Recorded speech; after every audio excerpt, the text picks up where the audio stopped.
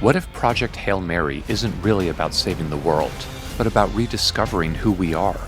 I just finished the audiobook, and the trailer is telling a deeper story than you might think. And fair warning, spoilers ahead of the story. What looks like a simple opening shot cleverly sets the stage for the visual language to come. The camera rotation is mimicking the spaceship, turning from thrust mode to centrifuge mode, where the ship will continue to spin to simulate gravity. All while Ryland Grace tries to recover his memory and find his own emotional gravity. Please state your name. Ryland Grace! Like here, where he's facing one way, while his chairs and computer screens face another. Here, he's climbing up from an upside-down doorway, showing the floor going diagonally. They could have shot it straight on the doorway, so it appears upright, but chose this disorientating angle instead. Even this classroom shot on Earth is slowly spinning, while Ryland daydreams, leading us to this shot of gravity reorienting him in the ship. As at this point in the story, he starts to find his identity and purpose. And in every outer space shot that has a lens flare, you see how the flare shines vertically? Normally, they go horizontal, and it helps add to this feeling of disorientation. It makes the scene feel more alien to us, and it creates a sense of isolation. Oh my God. And look how Project Hail Mary floats in stark contrast to the Arid ship, where the Hail Mary is light, round, precise, scientific, while the Arid ship is dark and chaotic, like a web of fractured pieces. It feels less engineered and more like a piece of modern art. It's like putting NASA next to a cathedral. And from this low angle, the difference is even more striking. The Arid ship kind of looks like falling rocks. And yet, look how perfectly the two ships fit together, like a glove. It's the perfect metaphor for Ryland and Rocky, two incompatible beings who learn to fit together. And this is where the story shifts. So, I met an alien. It's no longer just about data, or physics, or even saving Earth. It becomes something deeper. Ryland's not just solving a problem. He's learning from Rocky what it really means to be human, which I'll get back to later.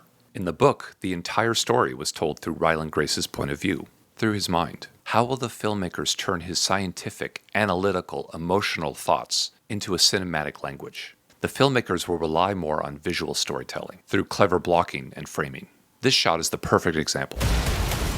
It's the pivotal scene where a part of the research lab blows up by a rare experiment carried out by Dr. Dubois. In the book, Ryland and Strat are in their rooms in a different building, and the windows blow out, leaving them to figure out what actually happened over the course of a chapter. But here, they're standing outside, joking around together. This communicates a lot of things all at once. First, Strat's rare smile is used deliberately here, so we feel the extreme contrast to the explosion, the shock of what's happening. Second, it puts them in the same frame as the explosion, so they don't have to cut back and forth to different locations, and then start looking around to try to find out what happened. They're right there. And it also raises the stakes, showing the satellite communication dishes being impacted. People in the explosion, dishes in the explosion. An entire chapter in the book, done in 2 shots. So, I met an alien. Since he doesn't talk to a video journal in the book, the filmmakers created this as a way for Ryland to communicate and connect directly to us. He's kind of growing on me. At least he's not growing in me, you know? Ryland Grace is a charming, socially awkward, relatable character as written by Andy Weir. And I'm going to speak in much greater length about the author-protagonist relationship in an upcoming video. But it's easy to see that Ryan Gosling will bring his own charm and humor to Ryland's personality. And that's what we begin to see here. I've never done a space, I can't even moonwalk. Do you notice how his glasses are hanging off his face, and a beanie hat, and his knitted sweater, and his quirky humor? To me, it feels like Gosling is bringing just a touch more charisma than the character in the book. I'm not an astronaut. Merging the scientific sensibility of Weir's writing and the charming vulnerability of Gosling's screen presence, I think grounds the science in something that's emotionally relatable to a wider audience. One of my favorite parts about the way Project Hail Mary is so beautifully written is the way it seamlessly jumps between timelines. Earth, space, past, present.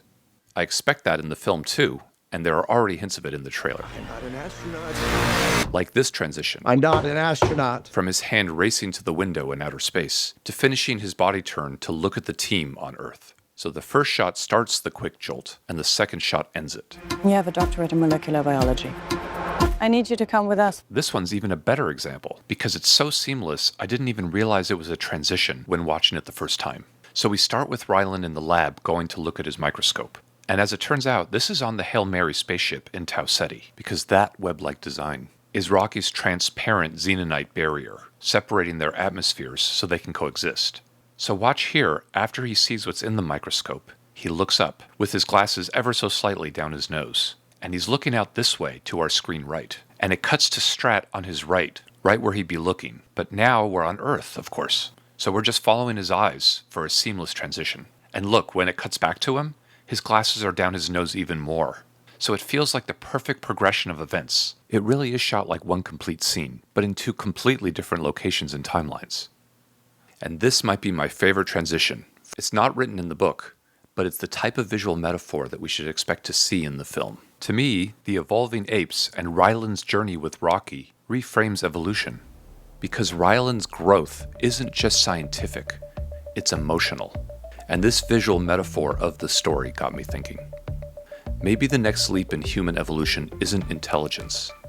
Maybe it's finding our humanity.